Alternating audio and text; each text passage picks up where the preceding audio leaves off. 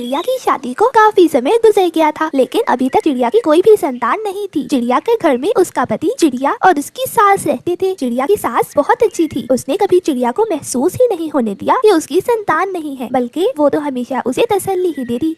माँ, शादी को इतना अरसा गुजर गया, लेकिन अभी तक हमें बच्चे की खुशी नहीं मिली। हमारा घर कितना सूना सूना लगा है। पगली, हमारा घर सूना सूना कब है? हमारे घर की सारी रौनक तो तुझसे है। और देखना, एक दिन होगा जब हमारे घर में बच्चे ही बच्चे होंगे, और वो तो हमसे संभाले भी नहीं जाएंगे। चिड़िया की सासू माँ की यही बातें तो चिड़िया को हौसला देती थी। चिड़िया के पड़ोस में एक गोरी कौवी भी रहती थी, जो कि वैसे तो चिड़िया की सहेली बनी हुई थी, मगर मन ही मन इस बात से बहुत खुश थी कि चिड़िया की संतान नहीं है। चिड़िया, अभी तक तो तुम्हारा कोई बच्चा ही नहीं है। ये ना हो कि तुम्हारी सास तुम्हारे पति की दूसरी शादी कर दे। नहीं गोरी, मेरे बच्चे ना होने की सासू माँ को कोई चिंता नहीं। वो तो मुझे हौसला देती है। बहुत अच्छी है मेरी सासू माँ। फिर भी चिड़िया, संभल कर रहना, कहीं तुम्हारी सास तुम्हारे पीठ पीछे छुरा ना घोंप दे।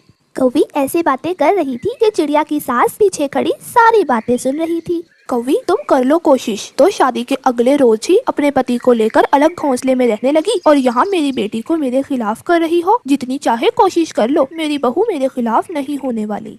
चलिए माँ, चलते हैं। आप तो मेरी माँ जैसी हैं। मैं कभी भी आपके बारे में बुरा नहीं सोच सकी। चिड़िया और उसकी सास अपने घर चली जाती हैं। इन सास बहू की जोड़ी भी पूरे जंगल में सबसे निराली है। ऐसे ही कुछ समय गुजर जाता है। एक दिन चिड़िया को चक्कर आते हैं और वो गिर जाती है। बेटा, जल्दी जाके डॉक्टर को बुला कर ला। देख, मेरी बहू को जाने क्या हो गया है। माँ, मुझे कुछ नहीं हुआ, आप परेशान ना हो। ऐसे कैसे परेशान ना हूँ? पहले तो तुम्हें ऐसे कभी चक्कर नहीं आया।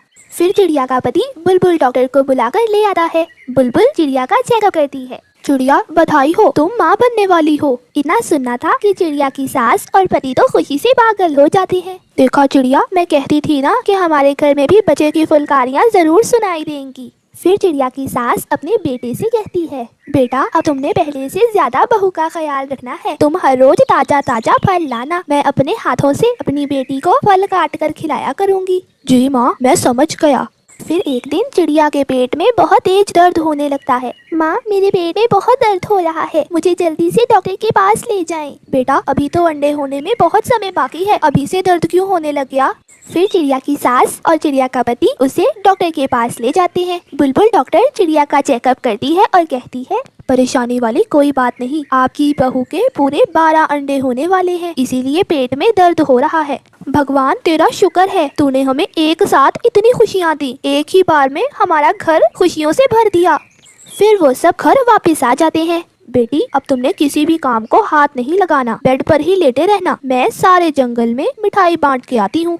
फिर चिड़िया की सास सारे जंगल में मिठाई बांटती है और साथ ये भी बताती है कि उसकी बहू के पूरे 12 बच्चे आने वाले हैं। ये लो कौवी, मिठाई खाओ। तुम्हें पता है, मेरी बहू के 12 बच्चे होने वाले हैं। मिठाई देकर चिड़िया सास वहाँ से चली जाती है, लेकिन गोरी कौवी को तो बिल्कुल भी खुशी नहीं हुई।